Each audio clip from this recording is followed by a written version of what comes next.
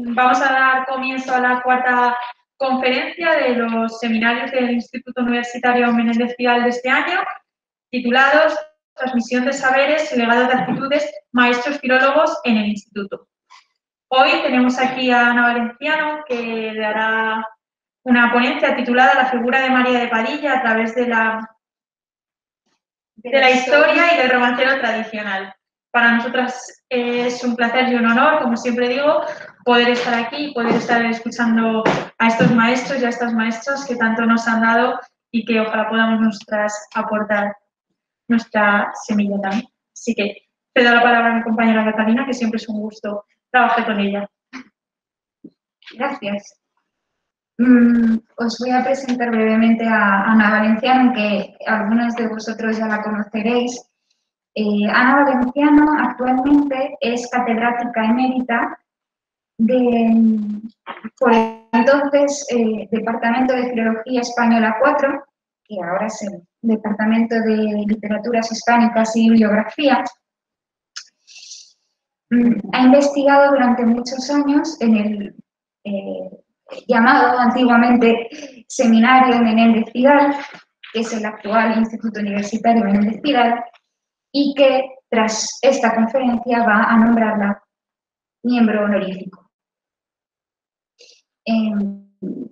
Inicialmente Ana Valenciano trabajó en crónicas, pero enseguida se volcó en el estudio del romancero.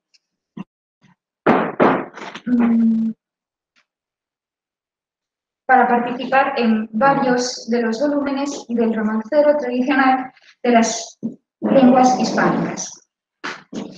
Le han interesado especialmente dos áreas. Por un lado, la edición de romances y por otro, las técnicas de trabajo de campo, es decir, las encuestas de campo, la recogida de romances y la teorización sobre este aspecto. Queríamos destacar entre sus publicaciones, como ya decía antes, su participación en los volúmenes del romancero tradicional de las lenguas hispánicas y su libro titulado Los romances tradicionales de Galicia, catálogo ejemplificado de sus temas. Así que, bueno, Ana, cuando quieras, te voy a colocar así, aquí la silla. Ahora que tú ves... Sí. Ahora, sí, un momentito, te voy. Estás bien así encuadrada, que no te veas tú. Vale. Y te pongo aquí el micrófono. Aprovecho mientras Catalina acaba de recolocar todo este tinglado. En primer lugar, para darle gracias a alguien que se está moviendo por allí, que es Ana Vian, que gracias por tu esfuerzo, Ana, por todo ese tinglado, por las prisas que te diste, por la pesadez que fue, porque ninguno de nosotros estaríamos aquí hoy, si no es por ti. Estoy muy floja y muy emocionada, o sea que si me saltan las lágrimas, ojalá. También Catalina le has atinado perfectamente a la presentación. Yo llevo muchos años en el, para mí sigue siendo, perdón, el Seminario Menéndez Pidal, seguramente para Milagro también. Son unos históricos de la casa. Voy a hablaros, como decía Catalina o como decía el letrero, de cómo un personaje que trataba la historia, cómo ese personaje ha entrado en el romancero y cómo lo trata el romancero y cómo lo trata la crónica. Por delante aviso que para los que sois expertos, está aquí Nicolás y más gente, este trabajo está hecho porque a mí me dijeron en un momento dado que los oyentes no iban a ser todos romanceristas. Y entonces mi obsesión siempre es que la gente entienda lo que es el romancero. Entonces ya arranco con mi papel, porque si no me da las uvas y no arranco. Entre los que nos... Perdón, me quedaba una cosa. Un saludo a Portugal, otro saludo a México y otro saludo a Argentina. Entre los que nos consideramos alineados en la llamada escuela pidalina, es casi un tópico que el romancero tradicional, esto es, aquellos poemas narrativos cuyo estilo o cuya poética, si se quiere, responde a un rodaje a través de la oralidad, de memoria en memoria, como nos enseñó Catalán, que los romances tradicionales, digo, hunden sus raíces en la brumosa etapa medieval. En consecuencia, nunca podremos saber fechas concretas de la aparición de los primeros romances ya propiamente tradicionales hasta su fijación en letra manuscrita o impresa, lo cual apenas se documentó en el siglo XV, si bien se desarrolló en mayor medida en el XVI. Sí podemos, sin embargo, aproximarnos a los posibles inicios del género a partir del contenido de la intriga de los relatos cuando los textos documentados en el pasado se refieren a hechos históricos, más o menos deformados. Hechos verificables por otras fuentes documentales de carácter histórico, en principio, y digo solo en principio, más creíbles que las fuentes literarias como, en último término, los solo llamados no romances noticieros. En contraposición a la excelente conferencia pronunciada el pasado mes de abril por Flor Salazar, entre otras cosas especialista en el romancero más tardío, mi contribución, como os decía, se va a centrar en el recorrido desde el pasado hasta el presente de la tradición moderna de un relato poético que se sitúa cronológicamente en los comienzos del género, aunque el modelo de la mujer protagonista, claramente doña María de Padilla, corresponde en la balada a una de esas mujeres maltratadas que, como comentaba Flor, abundan en los romances.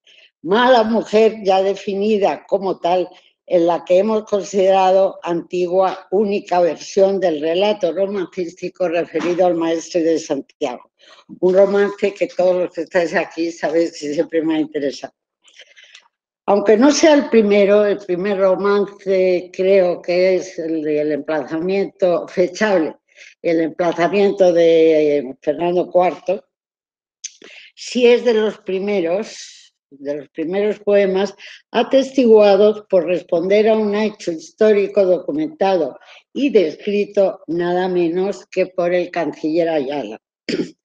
La pervivencia en la balada tradicional de un personaje femenino que forma parte de nuestra historia nacional, como lo fue doña María de Padilla, la amante del rey don Pedro, unas veces denominado el cruel y otras el justiciero, constituye un hecho bastante poco frecuente, al menos en la tradición oral del romancero, al menos en España.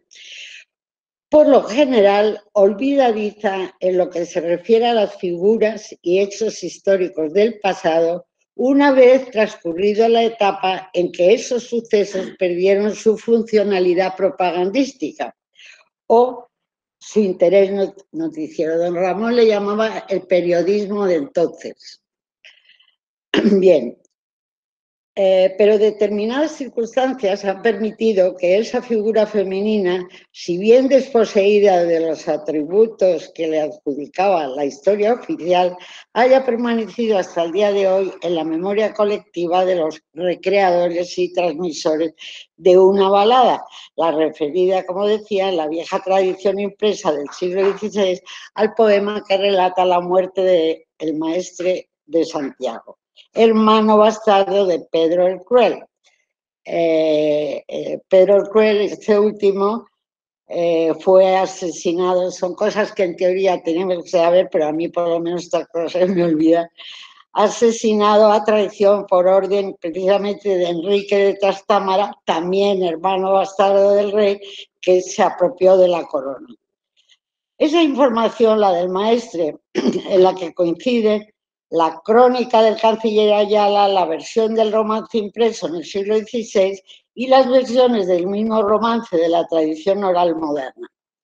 Dos géneros literarios, crónica y romancero tradicional, que abordan el tratamiento de la que fue doña María de Padilla, miembro de una familia que se sabe muy influyente en su época, desde posiciones contrapuestas, y esto es lo interesante, que van desde una calificación ciertamente beneficiosa para el personaje, según lo describe la crónica, a la de una mujer resentida que trama una venganza y la consigue en el romance, aprovechándose, eso sí, del amor que siente por ella el rey don Pedro. Un amor, esto es también interesante, que el canciller Ayala nunca cuestiona, como veremos. Es más, podríamos decir que lo enfatiza a lo largo de toda la crónica. Realmente cualquier cosa que vaya en contra de don Pedro y que sea sutil, creo yo, a la crónica de Ayala, vamos, le conviene. Sin considerarme desde luego especialista en la crónica de Ayala, sí reconozco al canciller como un excelente escritor que tuvo la capacidad y sobre todo la habilidad de manipular la historia.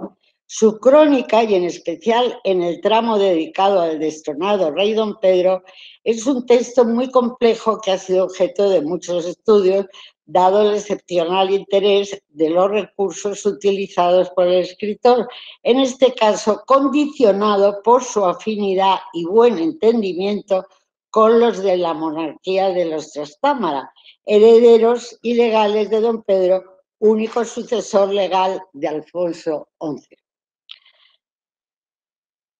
Ayala, un cronista longevo de 1332-1407, cuya vida transcurrió en paralelo a la de María de Padilla y la del rey don Pedro, ambos nacidos en 1334, la primera muerta en el 61 y el segundo en 1369, por lo que en teoría Ayala escribió la crónica con verdadero conocimiento de causa. Los aspectos destacables que hacen referencia a doña María en la totalidad de la crónica del canciller Ayala son todos positivos, claramente en contraposición a los crueles sentimientos del rey destronado que nos presentaba Ayala, aunque eso sí, siempre mostrándole en la crónica solícito con su amante doña María. Veamos lo que dice la crónica.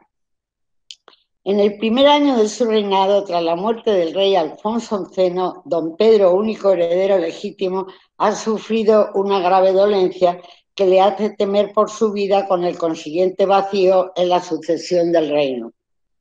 Recuperado de su enfermedad y por consejo del duque de Alburquerque, don Pedro se aviene a concertar su casamiento con la princesa doña Blanca de Borbón, sobrina del rey de Francia. Con estos antecedentes, Ayala introduce la noticia del primer encuentro entre los amantes, que se resuelve en forma escueta. Corre el año 1352. La joven doña María está al cargo de la esposa del de Alburquerque, que, por conveniencia, aconseja la relación. Un tío de la joven la lleva a San Faún y, como nos dice la crónica,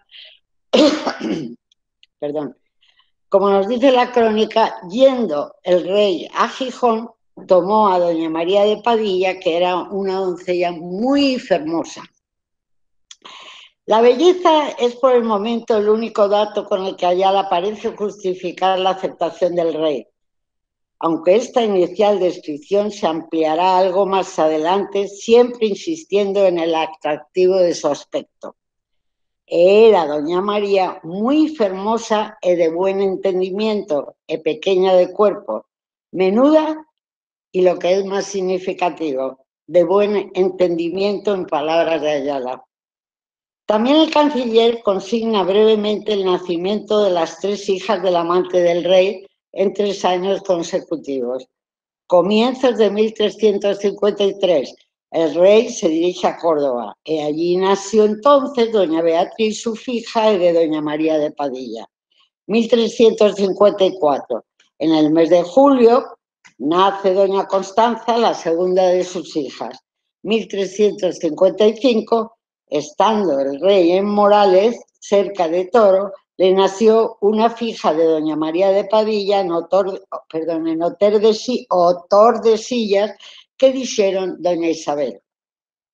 Por fin, 4 años más tarde, a finales de 1359 y a pocos días, dice la crónica, de haberse separado de doña María, nos dice el cronista que estando el rey en Sevilla, le llegaron nuevas como doña María de Padilla encaeciera de un fijo. E hubo el rey gran placer en llamándole don Alfonso. Noticia que le hace regresar junto a la recién parida, como lo había hecho en ocasiones anteriores. Ayala consigna constantemente las frecuentes visitas de don Pedro, que asimismo se hace acompañar de doña María siempre que se lo permiten sus obligaciones. El lunes 25 de febrero de 1353, doña Blanca, la desposada oficial del rey don Pedro, había llegado a Valladolid. Y ahora nos dice la crónica, el rey tenía entonces en Torrijos consigo a doña María de Padilla. El rey amaba mucho a la dicha doña María de Padilla, insiste Ayala, tanto que no había voluntad de casar con la dicha doña Blanca de Borbón. Pero para evitar malas mayores, aunque no de buena voluntad, dice la crónica, don Pedro deja a su amada en el castillo de Montalbán para velarse con doña Blanca en Santa María de Valladolid el lunes 3 de junio. Casi de inmediato abandona a su esposa legal y sale de Valladolid para reunirse de nuevo con doña María, a la que lleva consigo a Toledo. Para que no hubiese escándalo, según el relato cronístico, regresa a Valladolid con doña Blanca. Está allí 2 días y la abandona de nuevo, esta vez para siempre.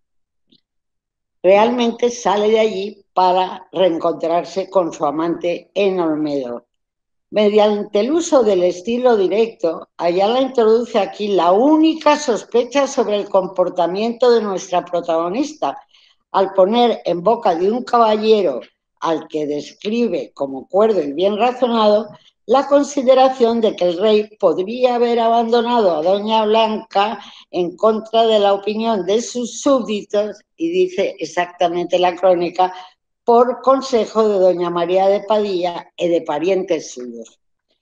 Una vez más, el canciller alude a la posible influencia de doña María sobre las decisiones de don Pedro, esta vez movida por la piedad, cuando se nos dice que intercede ante el rey para que perdone a uno de sus caballeros, a lo que se añade que consigue advertir a otros 2 vasallos del peligro de muerte que les acecha, actitud piadosa, favorable a doña María, que Ayala aprovecha para evidenciar la actitud errada del monarca, al igual que lo hará, ya lo veremos, al referirse a la dramática muerte del maestre de Santiago.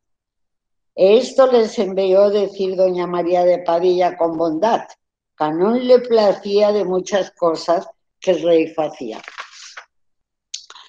Finalmente, otro episodio sucedido en 1358, que asimismo sugiere el dominio de la situación por parte de doña María, esta vez encuadrado en la maniobra que realiza don Pedro para poder mantener una relación iniciada poco antes con una dama llamada una tal Aldonza Coronel, dice, púsola el rey en la Torre del Oro, que es la Tarazana, que cuando doña María de Padilla estaba en por cuanto doña María de Padilla estaba en el Alcázar del Rey. Esto hacía el rey porque doña Aldonza se temía de doña María de Padilla y de sus parientes. Una relación poco duradera de la que el rey parece pedir disculpas a su amante, pues antes secretamente enviaba sus cartas a doña María de Padilla que él no curaría más de la dicha doña Aldonza. Y llegamos a los últimos días del mes de mayo de este mismo año, de 1358, fecha de la dramática muerte de don Fadrique, el hermano bastardo del rey, de la que nos va a hablar el romance. Después del aviso hecho de las intenciones del monarca, Ayala se detiene en los antecedentes y en el temor que siente la víctima, que se ve obligada a presentarse ante el rey. Un temor y unas circunstancias que asimismo vamos a encontrar en el viejo romance. El romance de la muerte del maestro, como ha señalado en Twister, pudo servir de fuente a la crónica. Eso se seguirá discutiendo todavía. Pero nadie mejor que el canciller para ponernos en situación. Y fue a ver a doña María, ahora estamos hablando del maestro, a las hijas del rey,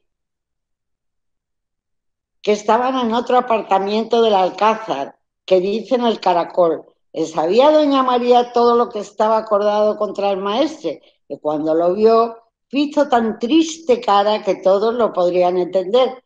Que era buena dueña, de buen seso, e non se pagaba de las cosas que el rey facía, e pesábale mucho de la muerte que era ordenada de dar al maestre. Finalmente, 1361, y en muy pocas líneas, el canciller Ayala se refiere a la muerte de doña María, de su dolencia, nos dice más, y le dedica una sencilla necrológica que nada añade a lo dicho anteriormente. Fue doña María, mujer de buen linaje, fermosa, pequeña de cuerpo, de buen entendimiento. Ahora pasamos al romance viejo. Su origen, con toda probabilidad, surgido entre los romanceristas afines a la casa de Trastámara, muy capaces de difundir poemas redactados en tono popular, de fácil difusión oral, contra don Pedro y contra su amante con clara intención propagandística. Es por ello que la imagen de esa doña María de Padilla, hermosa, de buen linaje y de buen entendimiento, que Ayala ha presentado protectora o enternecida ante las víctimas de la injusticia y de los desmanes llevados a cabo por el rey don Pedro, según el canciller, claro, exculpándola explícitamente de la muerte del maestre, se transforma en una amante vengadora en el viejo romance. Un comportamiento por parte, si no me pierdo, por parte de doña María, encajado en el relato romancístico y que se iba a acoplar a la perfección al dramatismo habitual de los repertorios romancísticos de la tradición oral moderna, que podríamos decir ha mantenido viva la memoria de la que fue doña María de Padilla. Pero vaya por delante una aclaración que muestra la complejidad que puede ofrecer el tratamiento y la fijación de una o varias versiones de un romance antiguo, ya sea impreso o manuscrito, de lo que tanto sabe la profesora Fernández Valladares, obviamente. En último término, la distinción entre posibles versiones independientes de un romance que pudieran circular oralmente en el pasado o simples copias reproducidas una o varias veces en distintos pliegos, manuscritos o cancioneros antiguos. Para mí ese es el problema, no sé si Nico estará de acuerdo conmigo, es el problema básico de la edición de los textos antiguos.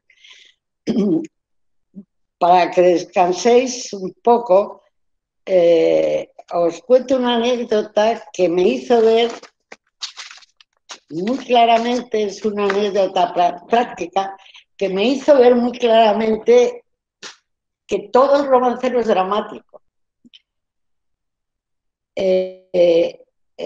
Haciendo una encuesta, no me preguntéis el pueblo ni la época, porque no me acuerdo, los años, mediados de los 80, estábamos con mi grupo de recolección de romances en una situación muy cómoda, una señora mayor, su hija, etcétera, y ya sentados en una cocina, una situación perfecta. Ya nos habíamos dado cuenta que la señora, las dos, sabían romances y nos sentamos. Empezamos y como yo vi que eran buenas informantes, lo primero que le pregunté fue por la muerte del príncipe Don Juan. Y la chica, la joven, la mujer casada, se levantó y se marchó. Nos quedamos todos así como, ¿qué ha pasado, no? Y se fue a la puerta. Entonces la madre nos dijo, es que se acaba de suicidar su marido y no puede oír estas cosas porque se pone enferma. Y entonces yo, muy inteligente, porque sabía mucho romancero y todo muy bien, cogí el manual de encuesta, empecé a buscar qué le preguntaba a ellos. No había un solo romance que no fuera horroroso. Es decir, son de un dramatismo. Pensad, en broma, en Don Gato. Es que hasta Don Gato se parte la cabeza. Es decir, no, es muy difícil encontrar un romance que no sea dramático. Yo no sé si eso está estudiado a fondo, pero es cierto. El atractivo que tiene lo dramático para los transmisores de romance es evidente. Yo no podía preguntarle a aquella pobre chica nada, porque iba pasando y todo. Creo que en esto está Flor de acuerdo conmigo. Bueno, nos habíamos quedado en el hecho de la complicación que tiene y vamos a ver qué complicación tiene este romance, que no es de los que tienen más complicación. Vamos a ver, para acceder al testimonio más antiguo del romance de la muerte del maestre de Santiago, que os tenía que hablaros de usted, porque no sé quién nos está viendo, pero os confieso que yo no he resuelto muchas cosas todavía. Para acceder al testimonio más antiguo del romance de la muerte del maestre de Santiago, contamos con un pliego publicado junto con los romances de Antequera Parte el Moro y Ya se asienta el rey Ramiro y su glosa, que pudo haber servido de fuente al cancionero de Amberes de hacia 1547. Toda la vida hemos dicho hacia 1547, ahora están empeñados que es hacia 1548. Yo os digo sinceramente que me da exactamente lo mismo. Reimpreso una y otra vez en muchos otros romancerillos de bolsillo. El cancionero de 1547, como se lo habrá tenido que traer Nico, se reproduce muchas veces y no hace falta irse a todas las reproducciones, porque sabes que desde la segunda, desde el cancionero de 1550 ya todos son exactos. Bien, entonces, ese romancerillo del 47 se reproduce muchas veces. Y ahí está una versión. Pero, en nuestra opinión, todas las ediciones de los romanceros del siglo XVI tienen un problema quizá con la Rosa Española de Timoneda, que es medio facticia y mete unos versos extraños. Esa complica siempre la vida. Pero creo que voy por ahí, remontan todas las ediciones remontan a la versión del romancero, del cancionero de 1547, de hacia 1547. La relación entre el texto de este cancionero y el de Pliego Suelto, ahí sí se ha discutido, ¿cómo no? Menéndez Pidal por un lado, Rodríguez Moñino por otro. Menéndez Pidal, cuando estudió las fuentes del cancionero de Amberes, consideraba que el pliego suelto que tenía, que es un pliego de Praga, era el origen del cancionero. Pero llegó Rodríguez Moñino y le discutió para variar. Y le dijo que, tengo las palabras, dice... Rodríguez Moñino disiente observando que las diferencias entre el pliego y el cancionero, y dice textualmente, aunque leves, nos dice, no nos permiten afirmar la procedencia. Si don Ramón decía que sí, Rodríguez Moñino decía que no, con conocimiento de causa, los dos. En fin, como os digo, yo creo que contamos con una única versión, las variantes son mínimas y sería evidentemente la versión que tuvo éxito en ese momento y se reprodujo una y otra vez. El relato se nos ofrece en la vieja tradición del XVI, la que consideramos nos remite a una única versión, a la manera de un romance-cuento.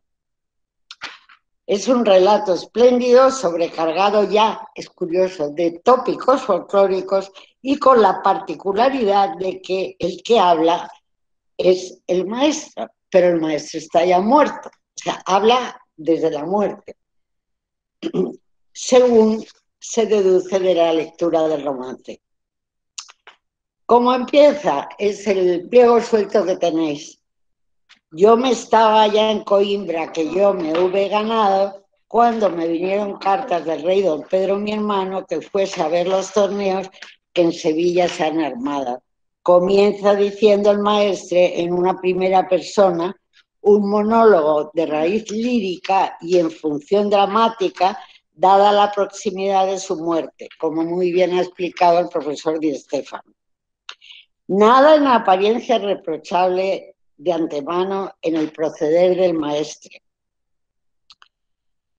que en esa etapa, otra cosa era antes, pero en esa etapa ha estado defendiendo las posesiones del rey, nada que pueda provocar su desconfianza ante la llamada de don Pedro, lo que justifica que don Fadrique, aunque lamentándose porque se da cuenta de inmediato, dice, yo maestre sin ventura, yo maestre desdichado, pero a pesar de esas quejas, se pone elegantísimo, bueno, hay una serie de símbolos que no tenía tiempo de meter, aparece el rojo, aparece toda una serie de referencias que a uno ya le hacen sospechar, ¿no?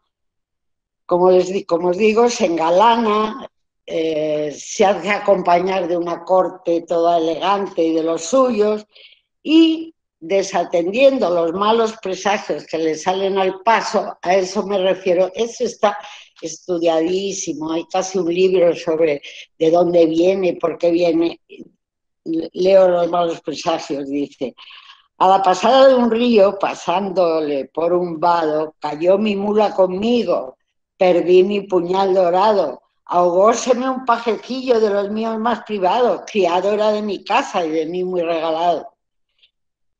Hace oídos sordos el maestre a las reiteradas advertencias de los que tratan de avisarle, le dicen, oye, que tenemos que ir a un bautizo, que lo quieren sacar de allí al pobre maestre.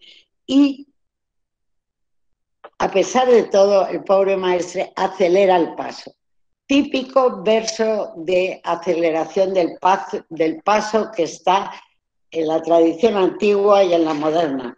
Jornada de 15 días, en 8 las habían dado. No quiere decir que es que vaya 15 días o lo que sea. Simplemente lo que dice el romance en esos casos es que va muy deprisa, o sea, que quiere llegar enseguida, ¿no? Llega la presencia del monarca, de quien nada más llegar, sin venir a cuento y sin saber por qué razón, directamente dice, mal hora vengáis maestre, mal seáis llegado, vuestra cabeza maestre, mandada está de aguinaldo. Sentencia exacta, es muy del romancero, aún no lo hubo dicho, la cabeza le ha cortado, no tiene otra salida. La elaboración artística al servicio del objetivo propagandístico que pudo favorecer la divulgación de la versión vieja del romance estaba plenamente conseguida. El temor de don Fadrique, en buena medida justificado por su inicial oposición al rey, es decir, en la crónica, don Fadrique, en el momento que le llama y lo mata, está defendiendo terreno del rey don Pedro, pero las ha hecho pasar negras. Lo que he leído en la crónica es inteligentísimo. Lo que hace es omite todo lo malo y pone la sentencia del rey don Pedro. Entonces, llegas a un capítulo y dice, el rey don Pedro mató a fulano, mengano. Lo que no dice es lo que ha hecho todos esos antes. Entonces parece que don Pedro va matando por gusto y por satisfacción. Y lo hace de verdad leyendo despacio esa crónica, que es una maravilla desde el punto de vista literario. Es de una habilidad que a uno le hace dudar de la historia un poco para toda la vida. Como os digo, el objetivo está conseguido. El temor de don Fadrique, como os decía, en buena medida justificado por su inicial oposición al rey don Pedro en el texto cronístico, trasciende al romance, pero ahora no cabe sospecha alguna de culpabilidad. Todos tratan de avisarle, ante lo que se sobreentiende como crónica de una muerte anunciada. Es decir, todo el romance te está llevando a que lo van a matar y que no va a tener salida, ¿no?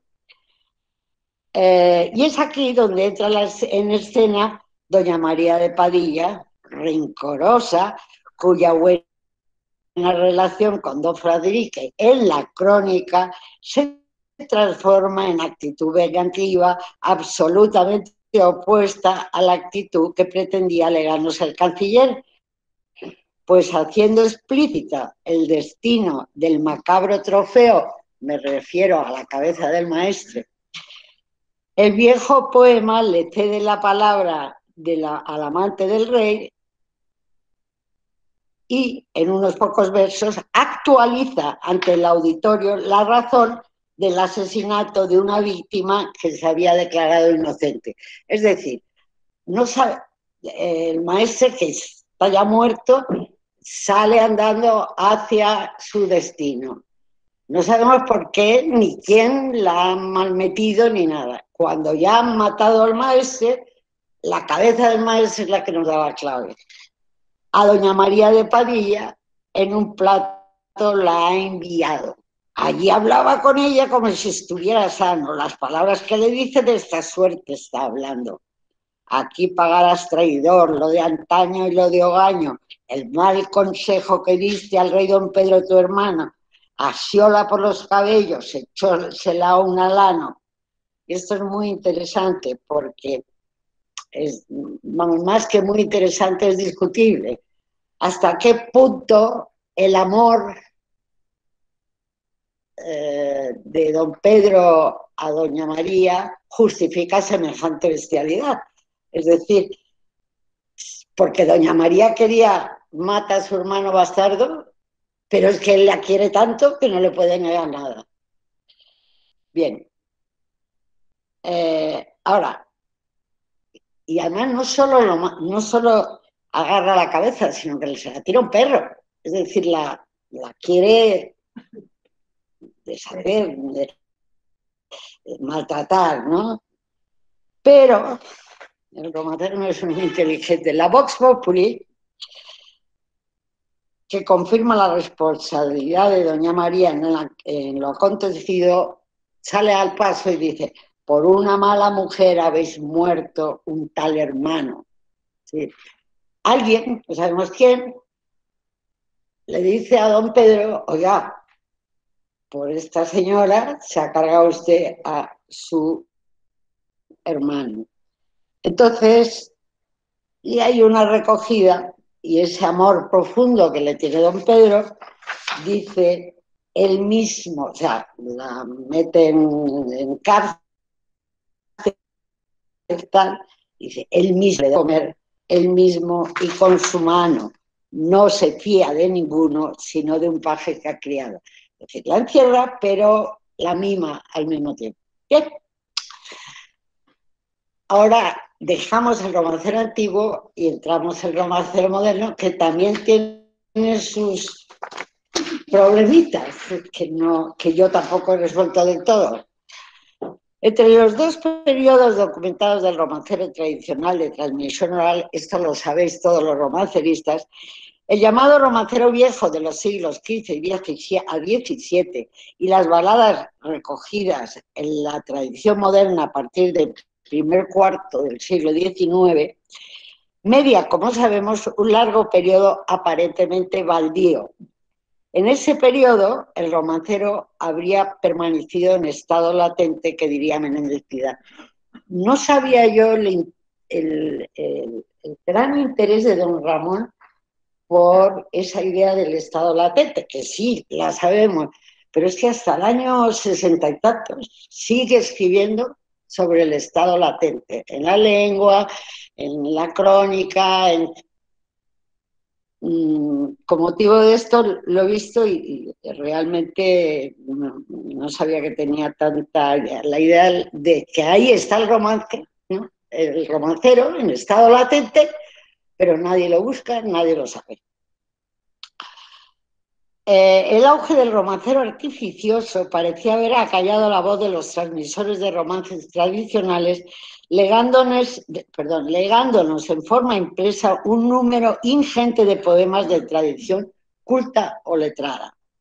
Por el contrario, solo noticias indirectas o algunos fragmentos incrustados en textos teatrales daban testimonio de la existencia de otra infinidad de poemas que seguían circulando oralmente hasta su reaparición en la península a partir del primer cuarto del siglo XIX, como he dicho, 1924 en Portugal, 1925 en España. Me ha dado la risa porque hace muchísimos años Flor y yo escribimos un artículo y en mala hora se nos ocurrió decir que en Portugal y en España se había encontrado el romancero simultáneamente. Bueno, eso le sirvió a un colega portugués para escribir un artículo así, poniéndonos verdes y diciendo que no, que un año antes en Portugal, y que sepáis, 1924 Portugal, 1925 España. Y todavía no lo recuerda, ¿verdad? Hicimos una mea culpa, pero os aseguro que escribió un artículo así de gordo, que cómo se nos había ocurrido decir, ¿qué más da que sea el 24 o el 25 a estas alturas? No, bueno, Nico, pregúntaselo a José Joaquín, ya verás cómo te dice que es verdad. Pasemos a la suerte que ha corrido este relato de la muerte del maestre en el llamado romancero de tradición oral moderno.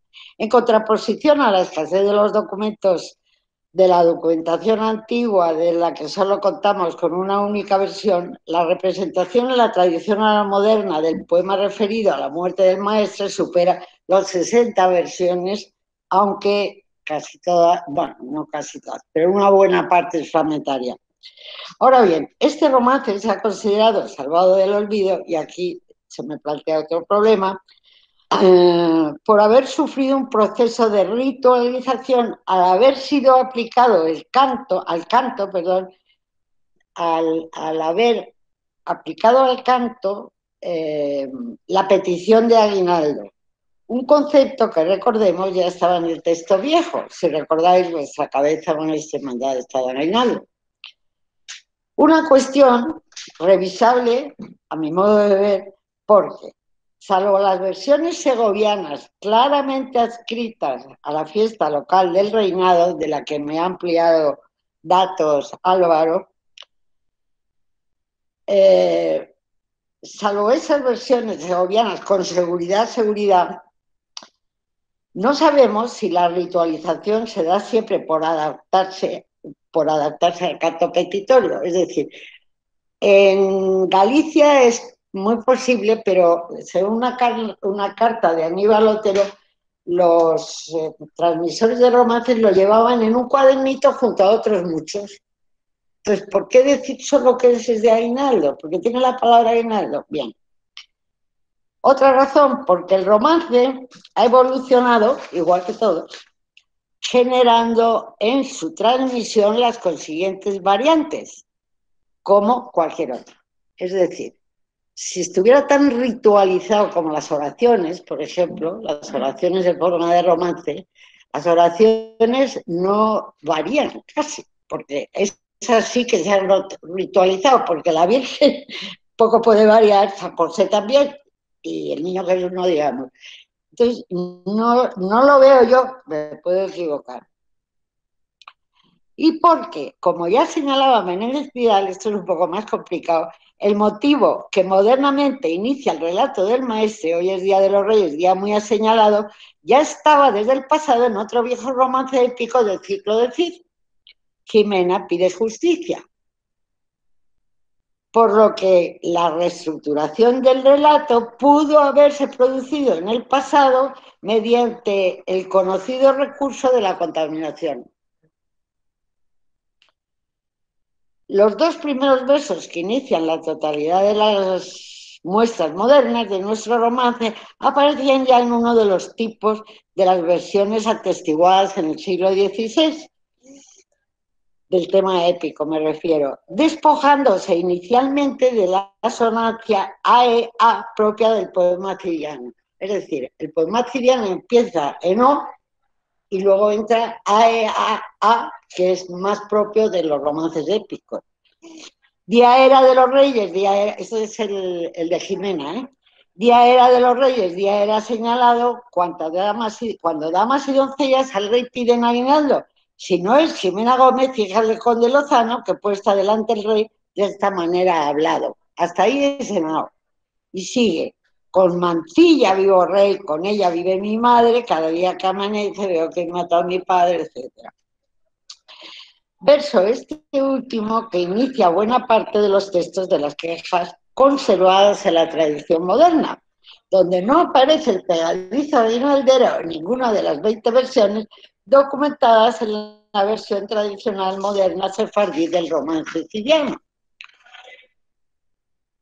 En resumen, aunque el cambio de asonancia que podemos aceptar como propio de los romances de ascendencia épica apunte asimismo a la posibilidad de una contaminación del segmento aguinaldero en dirección contraria a la que consideraba don Ramón, esto es, del poema del maestre al de Jimena, la precariedad de documental en la que se encuentra la tradición vieja limita por el momento el replanteamiento de cualquier otra opción. Ahí nos quedamos. A lo anterior, cabe añadir que para complicar un poco más las cosas, Diego Catalán considera que el comienzo del romance fue en su día el que conocemos por haberse conservado el fragmento inicial en una serie de versiones sefardíes modernas de Marruecos, en otro romance. Es decir, la primera parte del romancero antiguo está pegada a un romance que todo el mundo considera, y muchos de mis colegas consideran, siguen considerando que es el maestre, pero que solo es esa parte, es la llamada. Luego es un romance, y mi problema es que el resto del romance tiene un lenguaje, cuenta una historia que yo no sé si es vulgar, Polonia es vulgar, no. Pero ¿eh? Bueno, luego me lo cuento. Es decir, Diego Catalán dice, este trozo está pegado a unas versiones sefardíes. Eso quiere decir que si las versiones sefardíes pasan al norte de África y se anquilosan, pues así sería el romancero antiguo. Pero es que da la casualidad que al romance que se pega es un romance que yo creo que no es muy antiguo. Entonces, otro problema más. Ya estoy terminando, ¿eh? Lo que cabe recordar, bueno, esto sí es un inciso para que descansemos de tanta complicación filológica. En las encuestas de campo, y creo que hay aquí 1, 2 que han hecho encuesta conmigo, o sea, 3, Eva también, buscar ese romance, encontrar ese romance es emocionante. O sea, se ha encontrado donde estaba, en Siguero, yo lo he recogido en Siguero. Pero ¿sabéis lo que es? Tú llegas a un pueblo, habla... ¡Ay, Ana, perdón! Ana Vial, la más encuestadora, la tenía que a la izquierda. Llegabas a un pueblo, no entrevistamos a una muerta ahora, Ana. Ana y yo tenemos cada experiencia que mejor es no repetirla. En fin, todo el esfuerzo que haces para ganarte la confianza de un informante que le dé la gana, porque tiene todo su derecho, que le dé la gana de cantarte lo que sabe. Y de repente empieza, hoy es Día de los Reyes, y ya se te ponen las orejas. Día muy señalado. ¿Cuántas damas y doncellas al rey piden aguinaldo? Nosotros venimos a pedir chorizos, porque esos 3 versos son los típicos versos petitorios. Entonces, cuando crees que va a estar ahí el romance del maestre de Santiago, lo que está es un aguinaldo para pedir dinero para fiestas o chorizos o bien, y se dan ganas de ahogarlos, pero no lo hacemos, no lo hacemos, sonreímos y decimos, qué bonito, y nos vamos. Bien, ya estoy terminando, un par de hojitas y nos vamos. De todo el ciclo de viejos romances relacionados con el rey Don Pedro, que constituye lo que se ha dado en llamar la guerra civil romancística, solo el poema que nos ocupa, referido a la muerte del maestre de Santiago, consiguió traspasar las fronteras del tiempo hasta resultar reconocible en una diversidad de versiones. Las versiones modernas están Segovia, Logroño, Zamora, León, Lugo y Oviedo. Es decir, otra razón bastante extendido, con la fórmula hoy es Día de los Reyes, primera fiesta del año, se inicia la mayor parte de las versiones modernas, destacando lo significativo de la fecha y haciendo caso omiso al orden impuesto por el calendario. Si os dais cuenta, ya está ahí la aberración. Hoy es Día de los Reyes, primera fiesta del año, no. Luego hay otras cuantas que lo resuelven y dicen la segunda, la tercera o lo que sea. También suele estar pegado al aguinaldo otro verso del de Jimena, del Cidiano, que dice cuántas damas y doncellas al rey piden aguinaldo. Ahí ya cuando la emoción te parece que va a estar el romance, pues no. Sí parecen de nueva creación y mantienen una extraordinaria fijeza respecto al texto de la tradición vieja, las peticiones que se presentan como habituales entre las damas. Aunque eso es muy interesante en el romancero. Puede estar hablando de lo que sea, pero el lenguaje te recuerda muchas veces que viene de atrás. Por ejemplo, está la petición, hoy es Día de los Reyes, Día de Aguinaldo, el rey va a dar regalos y dice, unas le pedían seda, otras el fino brocado. Evidentemente eso no es siglo XXI. Pero una vez establecida la ocasión favorable para el objetivo perseguido por la preferida del monarca, la tradición moderna ha desarrollado ahí unas múltiples variantes para expresar cómo doña María formaliza su macabra petición. Algunas veces es ladinamente, a no ser doña María, que por poste se ha quedado, tras la puerta se ha quedado, o sea, está ahí, o llorando, desconsolada, que se lo pidió llorando, o con exigencia, que se lo pidió doblado, que le pidió la cabeza del maestre de Santiago. Y aunque el monarca parezca escandalizarse ante tan insólita petición, como de dar la cabeza de mi hermano, las cabezas en León, las cabezas de hombres vivos no se dan en Aguinaldo, Zamora y Lugo. Se dispone a cumplir de inmediato los deseos de su dama. Apenas se la ha pedido cuando ya se la ha otorgado en Segovia. El rey, como la quiere tanto, luego se la había otorgado. En Zamora, el rey se la ha concedido y otorgado. Otras de Segovia y en Oviedo. Mándese lo que se mande, ahora ya está mandado. Esta serie puede servir para ver la categoría de las variantes, que son completamente distintas.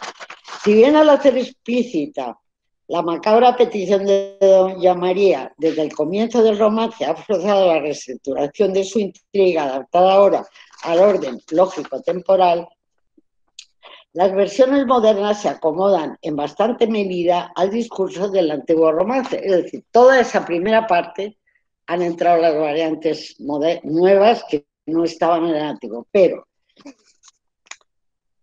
las antiguas, como les digo, también se han mantenido. Por supuesto, con las consiguientes variantes que en este caso no han llegado a desvirtuar los contenidos básicos del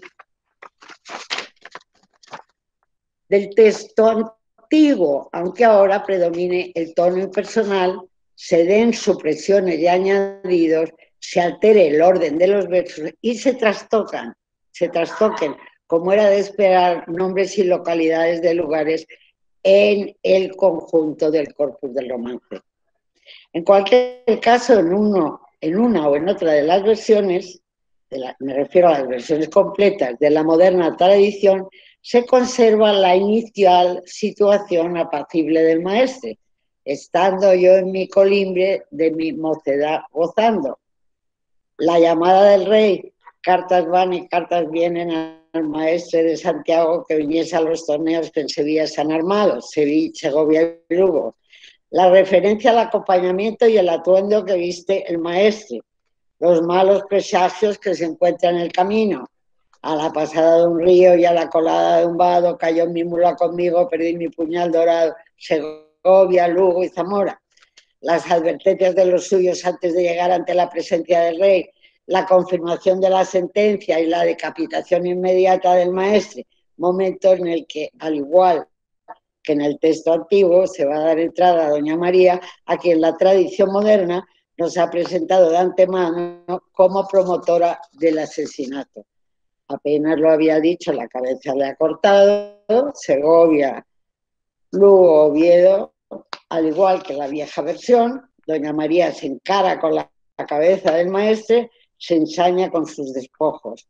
Y aunque no en todas las versiones, también la tradición moderna del romance reivindica la memoria del muerto, dando entrada al arrepentimiento del rey, que en uno de los textos zamoranos recogido en Valer acaba culpando a su amante del fratricidio. Por una mala mujer, matar yo tan buen hermano. Pero antes de terminar, cabe preguntarse, ¿podemos deducir que el romancero tradicional moderno ha conservado en la memoria la figura de doña María de Padilla? Desde una visión historicista, diacrónica, podríamos decir que sí, pero si la visión es sincrónica, rotundamente no. La doña María que la crónica de Ayala nos presentaba como una mujer fermosa, prudente, de buen entendimiento y protectora, se ha convertido en el romance en esa mujer rencorosa, como ya lo era en el romance del siglo XVI, que en cierta medida justifica y exculpa al hombre que comete el fratricidio por amor. Y cabe pensar que la pervivencia en la memoria colectiva de la figura de la que en su día fue doña María de Padilla se haya visto favorecida por sus atributos de maldad, por la dramática historia de un fratricidio causado por la venganza de una mujer en una situación ilegal, lo que constituye un asunto generalizable y en consecuencia comprensible en el ámbito del folclore. Gracias.